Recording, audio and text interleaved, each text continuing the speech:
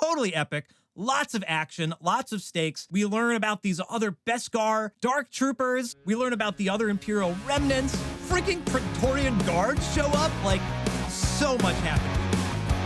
Krypton to Alderaan. Krypton to Alderaan. Krypton to Alderaan. Krypton to Alderaan. Welcome, everyone, to Krypton to Alderaan. I'm Joey, your Star Wars lover, and with me is Royish Good Looks. Hello, Joey. Hello, podcast. Hello, and we're the podcast that analyzes nerdy pop culture stuff, but it's mostly Star Wars. In this episode, we'll be talking about The Mandalorian Chapter 23, The Spies. I'm the spy. Isn't that funny? Because of what we'll get to later. But first, I just can't help myself but to come on here and keep saying thank you to everyone who is listening and supporting us. We continue to get more traffic and more support on YouTube, and it's really just so amazing to see. We are also almost at 300 subscribers on YouTube, which is also incredible. So if you're catching this on YouTube, please hit that subscribe button and help us get to 300. That would be amazing. Leave some comments and let us know what you thought of the episode. We love to see that. It's been so great interacting with the community and seeing the community interact in our comments. You can also follow us on any social media. Just search Krypton to Alderaan. It's always so awesome interacting with all of you, no matter where. All right, that's enough of that. Let's talk about The Spies. Okay, Royce, the synopsis. Isn't this everyone's favorite part? Yes. Survivors come out of hiding. But what survivors are they referring to? Who are the spies? I think, Royce, the first thing we need to do is to talk about how differently we feel about this episode than maybe some of the ones we've been discussing up until now, and maybe why we feel different.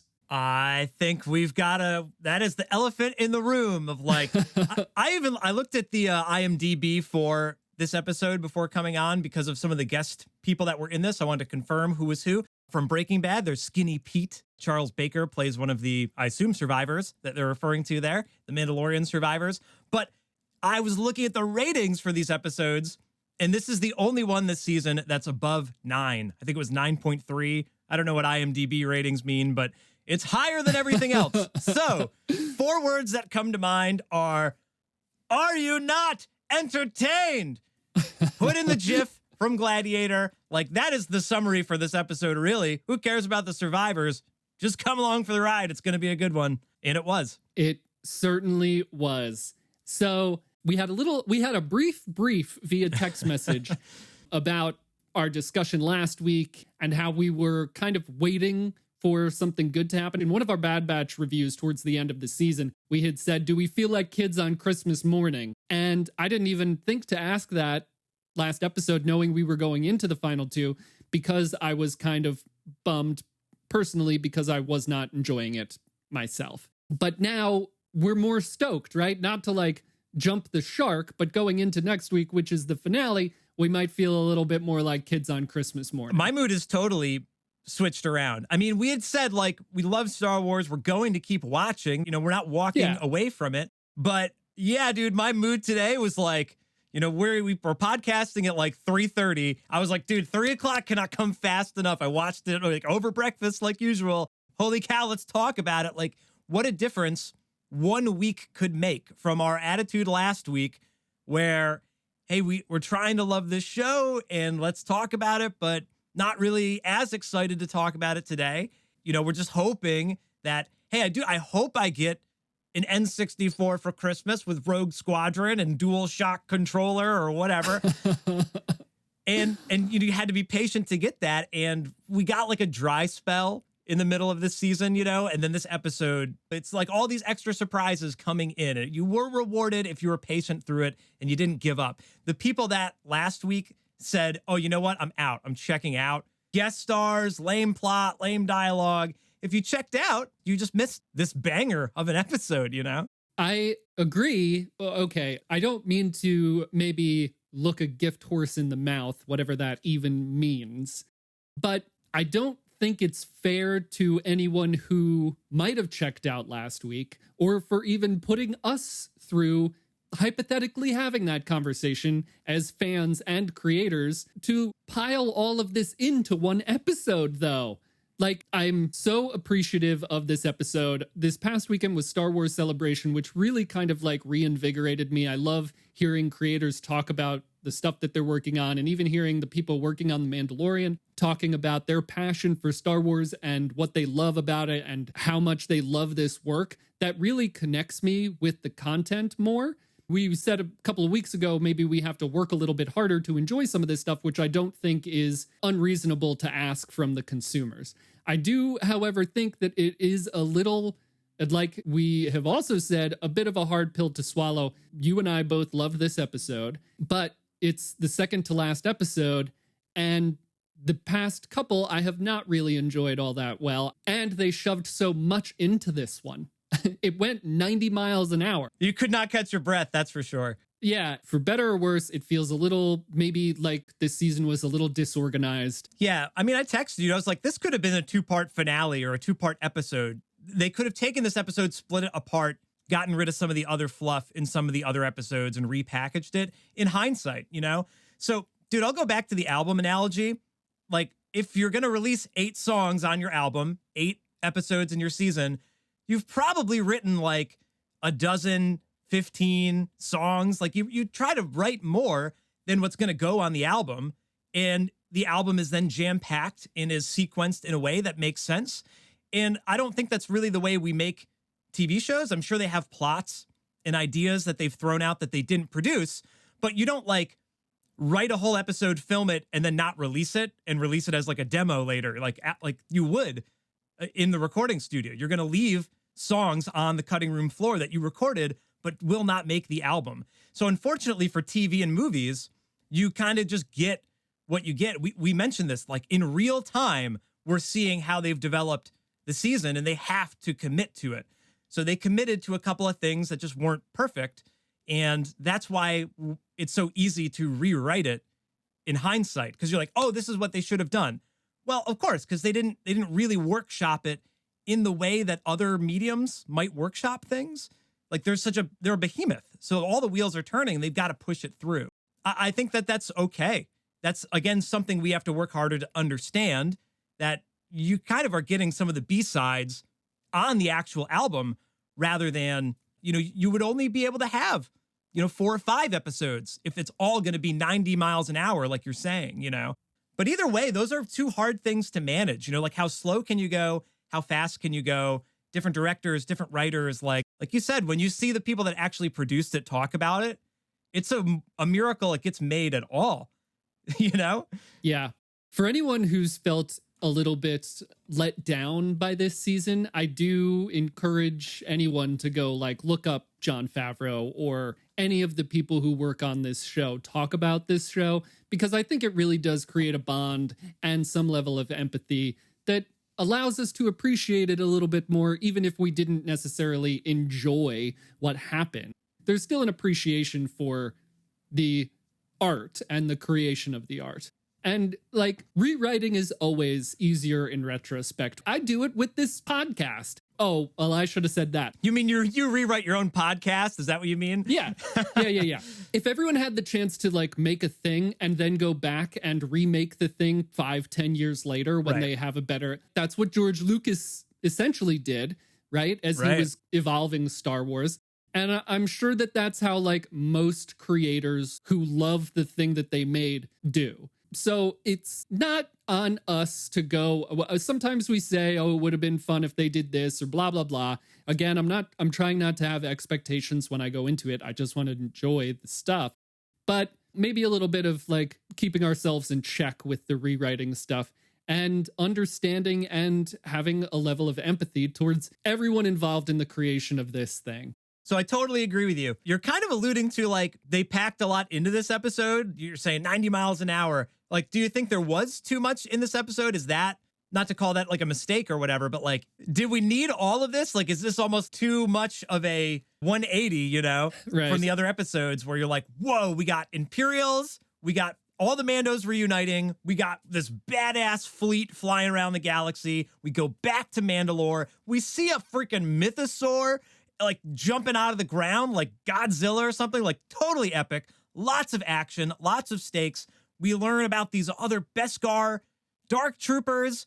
We learn about the other Imperial remnants. Freaking Praetorian guards show up. Like, so much happened. We lose a major character. One gets captured. One is seemingly dead. It's a lot. Did you think it was too much that they packed in this episode? Is that also kind of a faux pas here to be like complaining about having too much? Wouldn't it be funny if we came on here and was like, I can't believe this episode was good. Yeah. It was supposed to be bad. Remember when I said it was not enough and now it's too much? Come on. What do you want? No, I mean, I think maybe one could feel a little bit of whiplash from last week's episode to this week's episode, but I do not think that this week's episode had quote unquote too much in it.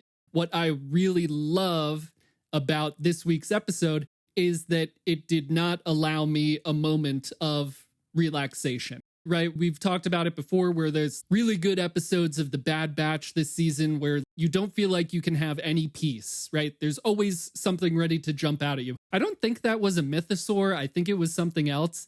But I do think like every moment in this episode, I was waiting for a shoe to drop. Every time they flew through the atmosphere, through the storm in the atmosphere, I was waiting for the Empire to be there and attacking them. I was just constantly on the edge of my seat. My heart was pounding. I was excited for the episode in the episode. And so that's what I love. Like I was talking about in our episode last week, like this is what I want to feel coming to a finale. I think one of the last questions we asked was like, would you be okay with it kind of fading to black and then coming back up in the next season or whatever?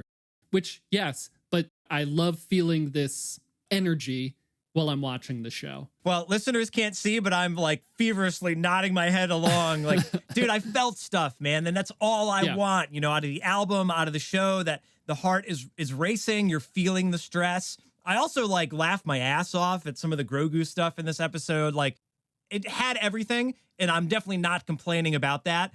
But dude, it was stressful to the point where you're like, oh my God, I can't take it. Like if they did one more thing, you know, if something happened to Din, like I would have been like, no. If Grogu's watching, like I was trying to calm myself down, to be honest. Like it did elicit so much of an emotional response. Dude, it was great. I'm so happy with it. I'm hoping that this has also like begun to make things right for the rest of the Star Wars fandom out there that's watching this show. And with Celebration, like there's nothing to complain about right now. We're so lucky. Yeah, I agree. I think that that's always another good thing to remind ourselves of. Being fans of this property in general, we are very lucky. We're lucky that Disney bought it and is wanting to continue to tell these stories. I mean, they're making money from it, but also the people who are running almost every aspect of Star Wars right now are huge fans of Star Wars. So we're getting good stuff. I love it. Royce, my first question for you was, when the episode started, were you worried? Once again, we don't start with the Mandalorians. Coming off of our conversation from last week, were you worried about how this episode started? Yeah, I didn't know what to expect. You're right. Like, oh, Coruscant, who knows? And we're bringing in that Kane character again, who maybe isn't quite a fan favorite yet. Maybe could be down the line. She's my fan favorite. We know. We know you've got a crush. We know.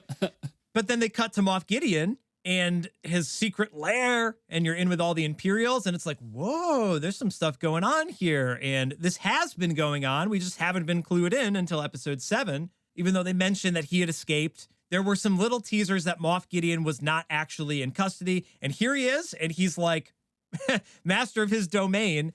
I was not worried after that because I was like, this is cool. And he's like, I'm coming for the Mandalorians. We're going to crush them. I loved that scene with the Imperial Round Table. What was your takeaway there? Oh, man. So good. So good. We've had questions about Elia Kane, and is she really working for the New Republic because they're kind of like skeevy people? Or is she still with Moff Gideon? We learned the answer to that. And it also, okay, this is just a weird little thing that might or might not tie into the Bad Batch. I know like all alleys look the same. It looked exactly like the setting in one of the episodes from this season of the Bad Batch, where the clone who's like trying to run away from the assassin, whatever that, like Truth and Consequences, the mid-season finale. So I thought that was also cool. But yeah, super, super cool to bring back Moff Gideon in that way. And then he's walking through the fortress and we have those like ray shields, very reminiscent of Phantom Menace with the battle with Maul. Those troopers look so cool. I don't want to be the like, whoa, that was so cool podcaster, but that armor quickly rose to some of my favorite designs in Star Wars. Did you notice those troopers standing on the sides as he was walking down that corridor? Yeah, it's pretty crazy how many like stormtrooper variants, clone trooper variants you can have and be like, that one's a little bit different and I'm going to need that pop now as well. Yeah. This episode was big for pops, I think. There's going to be tons of new ones, tons of new Lego figureheads and whatnot. Yeah, all of the character designs were pretty cool for this one, especially those new Beskar troopers. I don't usually look at something and I'm like, I would buy the Black Series figure of that. This one, 100%. I love the look of those so much. Did you have any inkling that that might be Mandalore? I had no idea. I was like, is this Exegol or something? You know, they mentioned the Praetorian Guards or whatever. I was like, something is like extra about this, but maybe that is Mandalore, that he's been set up there the whole time because that's where he's getting the Beskar from, right? So that must make sense. And then later, like they're running through the mines, you know, by the fords, and like they run into an Imperial hallway and you're like, what just happened here? So there's clearly an Imperial base there. Yeah, kind of crazy. My mind wanted it to be like an evil Sith planet for whatever reason. Like you come up with this grandiose headcanon, you know? Right. It's like, no, it's Mandalore, dumbass. Like he's looking for Beskar. Yeah, and it's made so clear towards the end because Gideon is saying, you know, each civilization has something to offer. The Jedi, the cloners, and the Mandalorians. And it's so interesting to see that level of strategy. Like he's just going around and taking pieces of these civilizations to suit himself. Oh, literally to suit himself. Builds a suit for himself. But like that's the kind of deeper storytelling that I love. Like you could see the strategic wheels turning in his head as he's setting up on Mandalore to like make this new Death Trooper armor. Definitely also setting him up to be maybe a rival to Thrawn, who is the galaxy's greatest military strategist. I mean, just incomparable. So it's kind of cool to see them positioning him to be an adversary there as well. Yeah, and that's what you want from your big bad guy in the series, that you're like, whoa, he's unstoppable. He's got, you know, powers beyond reason. Like you want to assume that he's going to be like an insurmountable threat that the underdogs somehow have to, you know, bring down with the goodwill of the people. And it's Beskar against Beskar. It's amazing. It's awesome what they've done with it. As long as it's not like Iron Man against the Iron Man, but I think they've positioned it pretty well. Right. Another thing I'm noticing with the design of the storytelling here, this episode opened up with the Imperial cold open. We have all this time with the Mandalorians, and then we bring back the Imperials at the end. And that seems to be kind of a theme with a lot of the episodes this season. You know, we're with the Mandalorians in the beginning, we go to Coruscant, we're with the Mandalorians at the end. Last week, we're with the mercenaries, then we're on Plazier 15, and we're like back with the mercenaries, you know? They have this like bookend strategy for this season. They always have an opening, a big meaty middle, and then the ending kind of calls back to that opening scene, you know? It's like poetry. It's like a sandwich, you know? Meat in the middle. Sorry for any vegetarians or vegans out there. Fake meat and whatever you want. Dude, big Mando sandwich with extra Mando this week. This was great. That sounds so weird. What did you think of like Hux and Project Necromancer, which I assume is cloning the Emperor? Necromancer, you know, kind of makes it a little bit more obvious there, but yeah, I guess I'm not sure how I feel. Like I really loved Hux in Force Awakens and not quite loved what they did with him in the subsequent sequels, but it's great that they're tying it in with the sequel trilogy. It seems like that's part of what they're doing here is like, let's put all these things together and make them better as one, rather than like, I hate the sequels, I only like The Mandalorian or whatever. And you're like, 100%. Well, actually, they connect, you know? Or like you're saying with stuff with Bad Batch, like who knows what else this can tie into, but it certainly makes it all more worthwhile. So yeah, I like that. Although it didn't look like Hux. It sounded like Hux, but it didn't look like him. I don't know what the time period is, how old or young he's supposed to be, but I'm okay with it because, yeah, he's the next in line. So that makes sense, you know? Yeah. Also, in that scene, something important, I think, another like Moff Gideon as this strategist is that we see Hux question him about Pershing. Gideon says the New Republic caught Pershing and his research was mostly lost. So now we kind of know that Gideon set up Pershing to have his brain scrambled, maybe to delay or end Project Necromancer because Gideon wants to be the ruler of this new empire, right? He doesn't want them to clone the Emperor. He doesn't want Thrawn to come back. He wants to be the man in charge. So maybe we'll even see these 3 different warring fractions of the Empire, 3 different remnants, and then the like good guys also in there somewhere. There's going to be a bloodbath, that's for sure. As much as I don't want Thrawn to be a bad guy, but we'll talk about that on a different episode. Dude, we wanted stakes, man. So many stakes here. The Mandalorians want to come back. Gideon threatens that. Gideon's trying to take over within the Imperials, and they're like, well, Thrawn's out there somewhere. Is he going to come back? It's going to be a war of the worlds coming soon. Yep, it's like a steak sandwich. I also can't wait for the day where we like don't talk about these things in terms of trilogies. You had alluded to this, building one big cohesive meaty experience from beginning to end, filling in those gaps so that it's a literal saga, a complete saga. And we don't have to keep saying, I didn't like the sequel trilogy, which is valid if you didn't. And you know, it's not my favorite thing in the world either. But the more things get tied together, the more I enjoy it. It's another part of this for me. Like the Clone Wars elevated the prequel trilogy for me so much that I enjoy the prequels so much more now because of this other content that was created in between and connected them. It enhances the experience so much. What did you think about Bo's speech on retaking Mandalore? She's now brought both factions of Mandalorians together and she gives them this speech about leaving Navarro and going to Mandalore. It's pretty amazing how easily the different tribes get along, which, I mean, maybe it's not important for the plot for them to like work out their differences. It's kind of beautiful that they just are kind of like, hey, let's get along. If only like the real world could learn from the example of this TV show.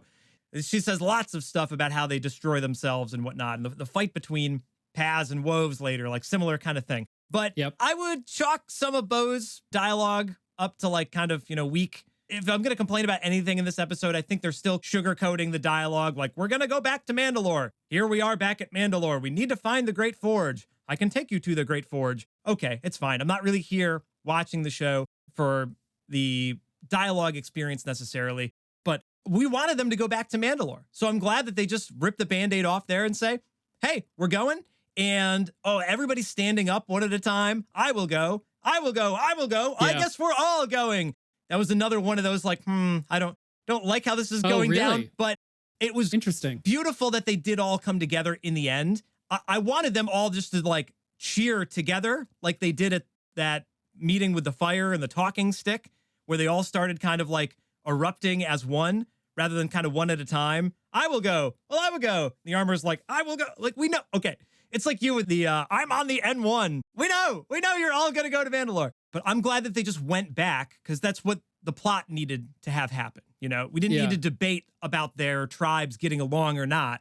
They were already on the same page, which I thought was really beautiful. That's so interesting that that's the way you read that scene. Maybe I was in a better mood today or was like more into the episode, but I read this the exact opposite. My notes here say no hammer holding, no misdirected counter speech, just loyalty. They all just stand up and say, I volunteer. If I remember correctly, she was asking for volunteers to go down to the planet. Yes. But she didn't have to hold the special hammer. You know, maybe because she has the Darksaber, but whatever. No one got up and was like, why would we follow her? Because we're Mandalorians. You know, it was just like... to the point. It felt so good to me. And then when she says, maybe that's later where she gives the speech about it's always our own division that destroys us. When she said those words, it made me feel what I feel about Star Wars. All the hope and the fight for what's right and your people and your hope was packed into that sentence and made me feel like it was Star Wars. I agree. Yeah, I love that scene where she's talking to Din on Mandalore. All right, let me redeem myself a little bit. I love that Din is the first one to stand up. Like I was saying last podcast, he's a great number 2. who's supposed to help bring everybody along? You have the leader proposes an idea, and Din was the first person brave enough to speak out among all the other Mandalorians, and then everybody starts kicking in. Wove says he'll go, and Paz is like, well, screw you, Woves, I'll go too. That aspect of it I did really love. It's just the repeating the same line of dialogue over and over that sometimes can be a little bit like, but. Oh, I'm right there with you. Yeah. I guess while we're talking about that, we're talking about Din being a great number 2 and being the first one to stand up. They're having this talk. Din says the greatest line in the entire series. He says, your song is not yet written. I will serve you until it is. It gave me chills. I wrote here in my notes something I can't say on the podcast because we're trying to not swear, but it's so good. It's so good. That's such a good line. Oh my goodness. Well, and Bo's not confident there. And she's like, I can't lead them. I have this sword. And he's like, dude, forget that sword. Like, I believe in you, you know? And so again, beautiful. The sword means nothing to my people. We follow honor. I just don't know. The tone of this episode and the tone of the dialogue, maybe direction, I don't know, felt so different to me than the previous couple that these words had so much more of an impact on my enjoyment. We have to talk about the ship. We have to talk about like the sail barge that the Mandalorians who have been abandoned on Mandalore, I guess, have. Okay, I'm gonna be that guy again. That's such a cool ship. That was so cool to see. Maybe some Return of the Jedi vibes there a little bit with the barge, but I loved it. I loved when they were like, let's go to the forge. And then they're like, put up the topsail. Let's go, everybody. Yeah, it was like this yeah. very like Pirates of the Caribbean sort of like vibe of it. They're pirates on a ship, which I guess works for the, you know, the circumstance they're in and the kind of culture that they are, that like, yeah, you're going to sail away on your skiing desert. Like whatever that ship was, it was unique. That's for sure. Barge, but like with skis, and wasn't it flying at first? Like it, cool ship. Anyway, slice it. I don't know. Magnetics are weird on Mandalore. Yeah. I did think that it was either going to be pirates. My first thought was like, is this Hondo or Gideon? No, I thought it was going to be other guy. Vane. Yeah. Because they did mention him at the beginning of the episode that they were setting up the pirates on Navarro. I guess that was an Imperial or a Gideon. Right. So Carson Teva gets a little bit of his moment there with predicting that it's all connected. Yeah. Yeah. So on this super cool flying Peter Pan Return of the Jedi sail ship, Paz and Wolves get into a fight, and Grogu in his new IG armor stops them. Could anyone have predicted this? Mid-season, we sat around here. We had all 4 hosts here, and we were like, what do we think Grogu's armor is going to look like? No one said that. It has space for his ears. Yeah. Oh, it's so good. The scene where they get it is so good. The little Anzelin, super cool. The puppetry specifically in that scene on Navarro was so good. What do you think of this being their interpretation of armor for Grogu? My note is joyful laughter. I laughed my ass off on this scene. And as soon as the Anzelin got out of it, I was like, oh, no way. Are they really going to put Grogu in it? And Robin was like, he's not going to fit. And right after then is the line, let's see if he fits. And Karga puts him into the IG unit, and he's like laughing as he's doing it. And I was laughing the whole time. And as soon as he starts communicating with the yes, yes, yes, yes, yes, I'm making fun of dialogue that repeats, but that just killed me. I was losing it. First of all, talk about a meta moment. Dialogue repeating, for sure. But then also, now he gets to express just how much of a toddler he is with the yes and the no and the taking stuff, not listening once you have a certain amount of autonomy, and then Din just being like, this isn't working for me. That line got me when they're at the fruit stand or whatever, and he squashes the fruit. So wholesome. Another great, like you said, you want Grogu and Din to be like the family aspect in future episodes or seasons. And that was a great little nugget of that in this episode that didn't really have a lot of Grogu in it, but the Grogu moments that were there were excellent. And oh my God, that's such a great scene. My mouth hurts from smiling so much because this is not often the case on the podcast talking about this show. Oh, goodness. Yeah, now Grogu can go and do more stuff, right? I think that's why he was saying the yes, I'm running around. I can be part of the squad rather than like, you're going to stay back with the armorer and like have a play date. And a little bit of sweet poetry from the first season, IG-11 sacrificed himself protecting Grogu and now continues to protect Grogu. And now they're one. Yeah. As a literal protection. Yeah. Wow, I love that. I hope that they have some other Taika Waititi like lines of dialogue that he recorded that will eventually come out with that rather than just yes and no. So what about him breaking the fight up with Woves and Paz? Back to that. Yeah. No, I love that. And does this give Luke a little bit more of a redemption here? You know, I didn't give Luke a lot of credit for what we saw of his time with Grogu. Maybe Luke isn't completely there yet, but I didn't think he treated Grogu very well and made him make that choice I don't agree with, shot him into space with R2 all by himself. But if he's teaching him this like diplomacy to interact with people in that way, because Din is like, he didn't learn that from me. I think that's just amazing, right? It goes more to Grogu maybe being the unifier, being the Mandalorian, right? Holding the Darksaber and being the unifier of these people as a Jedi and a Mandalorian. I mean, you always said like, oh, is that the Yoda moment? You know, truly wonderful, the mind of a child. Here Grogu is, the smallest of all the Mandalorians, needs a suit of, a robotic suit to actually like be in the middle of them, breaks up the fight between these two people who are trying to prove who's the strongest, most dominant one. But Grogu, through his Jedi training, he's learned that, you don't use your powers for attack. You use them for defense, for good. And here he is defending like these two people against each other. So beautiful. And then I love that Din gives him a head nod through the helmet. You can only do so much communication with the helmet, but the head nod is like the most effective one. And then Grogu nods back, He can yes, no, and he can kind of nod. He can make a lot of faces, I guess. But that was the icing on the cake that he was like, I got this, don't worry. And like you said, they need him in this new world where these different tribes are coming together. And Woves called them some kind of derogatory term. Primitives, yeah. It sounded like an insult. Yeah, very insulting. But then you get Grogu in the middle that, he kind of walks both worlds. Even more than that he was a Jedi, So that was just awesome. Holy cow, this episode ruled. Yes. We kind of jumped back and forth a little bit here, but I think we can maybe head towards the end where the Mandalorians who are scouting the planet get forced underground from a monster. I don't think it was a mythosaur. I thought they would make a bigger deal out of it if it were. But they're forced underground and they see the forge that used to ring with the sound of 1,000 hammers or 100, whatever she says. And then the Imperials show up. And then, conveniently, Axe makes an escape. There were maybe quite a few misdirections in this episode with, like, who's the title about? Who are the spies? The armorer leaves to take Wounded back to the main ship. She takes Bo-Katan's ship. That timing was pretty suspicious. Then Axe leaves the fight to go get help. I'm a little unclear about how he's supposed to get back to the Mandalorian fleet because Bo-Katan's ship is gone and they only took her ship down there. I don't think you can fly a jetpack through that storm. So his timing was also convenient. So was he a spy? Like, who's the spy?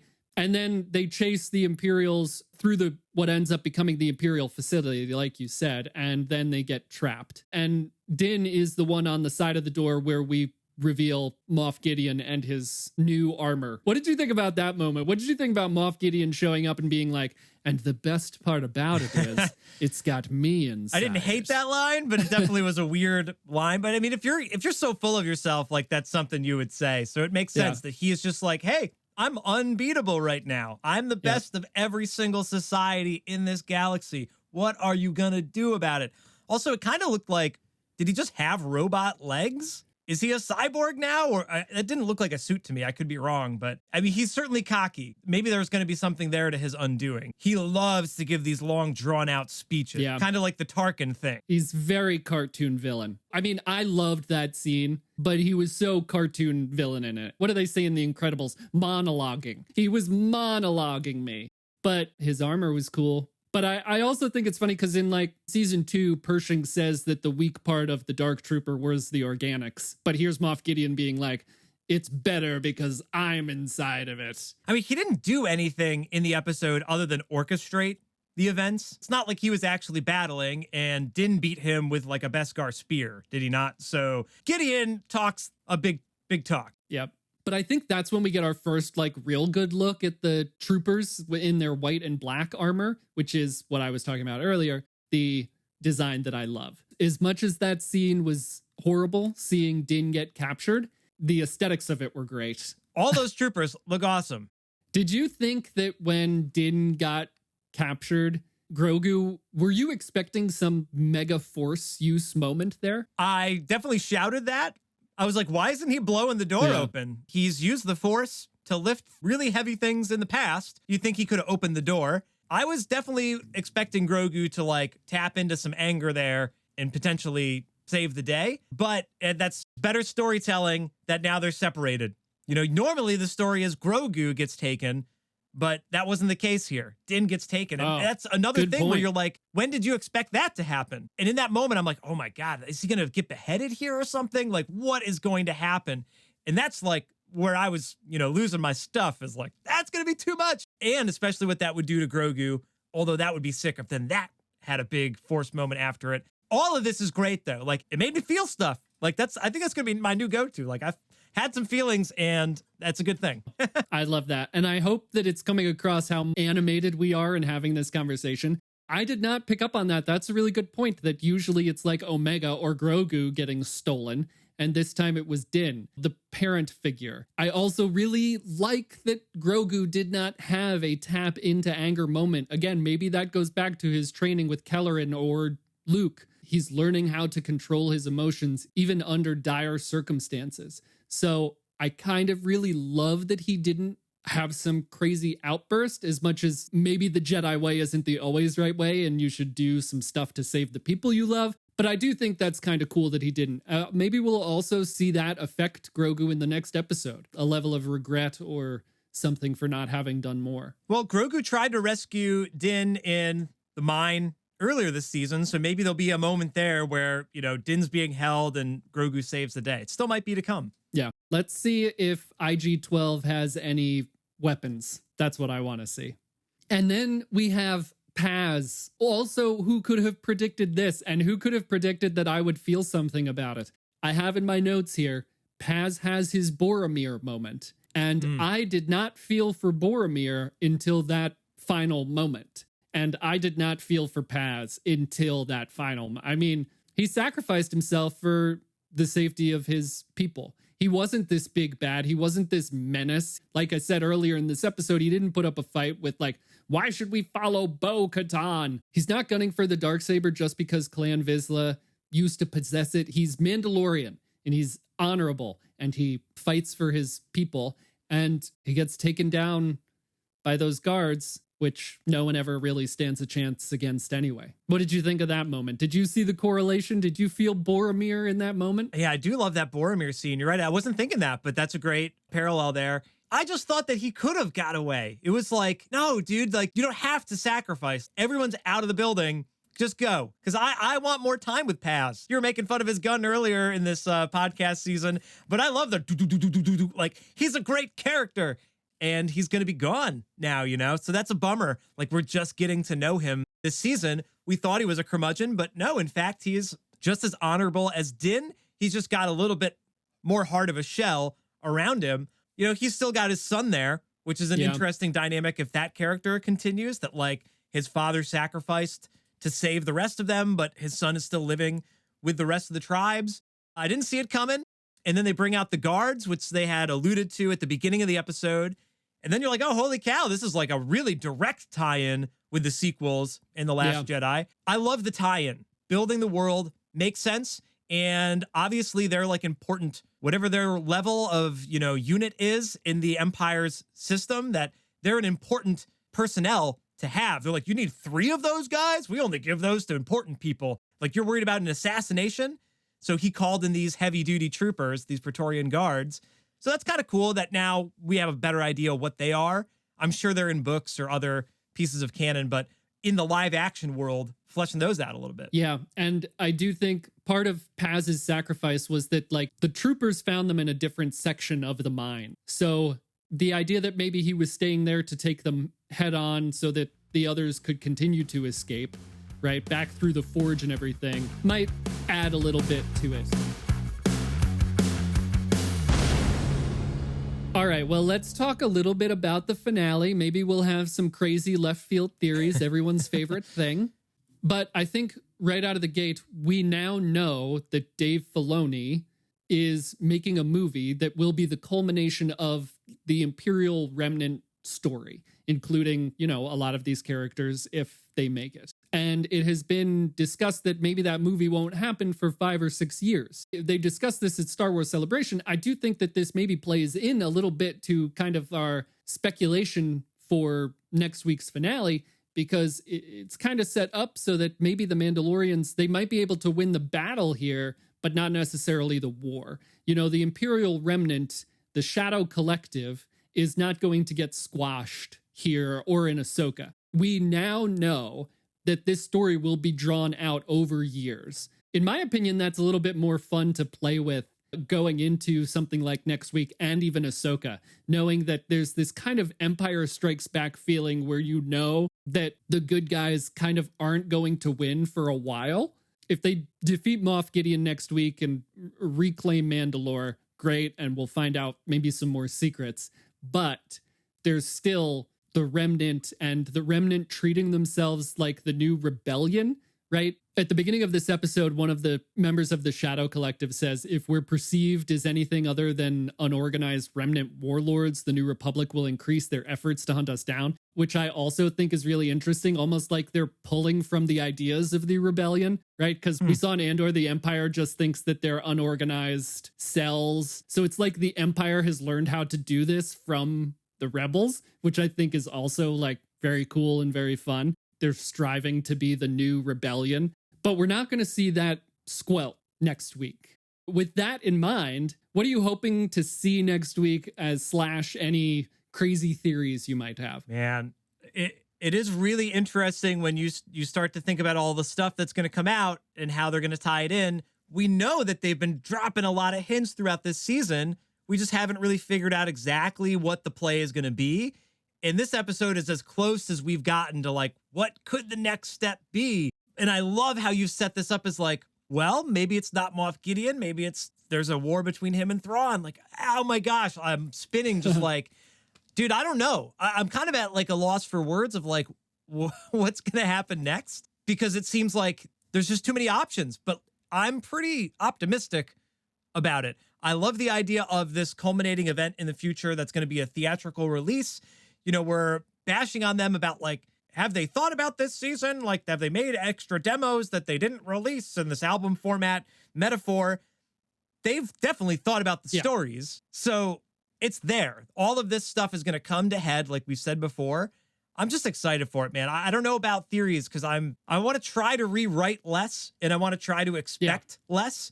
It's hard to do, but I think it's going to be good. I'm excited. And like, I think that's the most important thing is I'm excited for the next thing. No matter what it will be, I'm going to accept it, but I think it's going to be freaking awesome. Oh, you know, I'll give one wild left field theory. There could be possibility for like another Luke moment sort of thing or another Jedi moment sort of thing. They need another X factor to get out of this situation.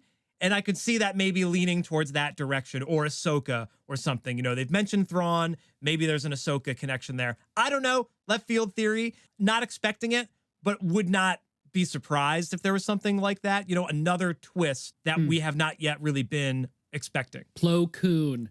Bring in Plo Koon to save Mando. We didn't get Grogu going with Plo Koon. Could be Kelleran. Could be Cal Kestis. Who knows? Do you think we will see the rescue of Din? So with the Bad Batch, we were saying we didn't necessarily want Omega to get captured in the second to last episode and then rescued in the last episode. You know, that formula is kind of a little overdone. So do you think we'll see Din get rescued? Or do you think that we will be left with wondering what happened to Din until the next season comes out? Wow. I hope we're not left wondering. I want the satisfying conclusion, everybody back together again. But that would be bold. I'll give them points for being bold. You know, I think Bad Batch was pretty bold this season. And the live action, trying very hard, but maybe not taking super bold swings. Paz is maybe a bold one there. Losing a main character like Din would be crazy, but he is in the credits as the Mandalorian. So I don't know about that. Grogu went away and they immediately brought him back. So I don't know. He's a money maker, you know? What if they bring Din back in a different show? He comes back in Ahsoka. Yeah, I'm really curious to see how they do this. I can imagine it going both ways, right? Rescuing Din and not rescuing Din. I'm sure there's going to be some people who are like, our most important thing is getting our people out of here. We need to continue to exist as Mandalorians, so we gotta go. And then maybe a select few being like, we have to rescue Din, you know? Any ideas on the spies, who the spies are, if there are any spies within the sects of Mandalorians? Yeah, that armorer comment and that Woves comment is interesting. I don't know if that was like obvious enough. I thought maybe just the spy was Kane in the beginning, but it was spies plural. So that is odd. Yeah, I don't know there. I, again, not setting expectations, but I also don't think I have any crazy left field theories other than Plo Koon showing up, which I will always be for. And yeah, maybe Grogu doing something to rescue Din, some cool Force stuff. I think we also kind of need some cool Force stuff. We haven't seen. He's spinning the chair and stuff like that and throwing monsters out of the cave, which is great, but maybe some cool Force stuff. Maybe we'll see Grogu quell the Mythosaur like he did the Rancor in Boba Fett, and then he'll save Din with the Mythosaur. These are all way too, I mean, I'm super not serious about this, but it would be cool to see some cool Force stuff.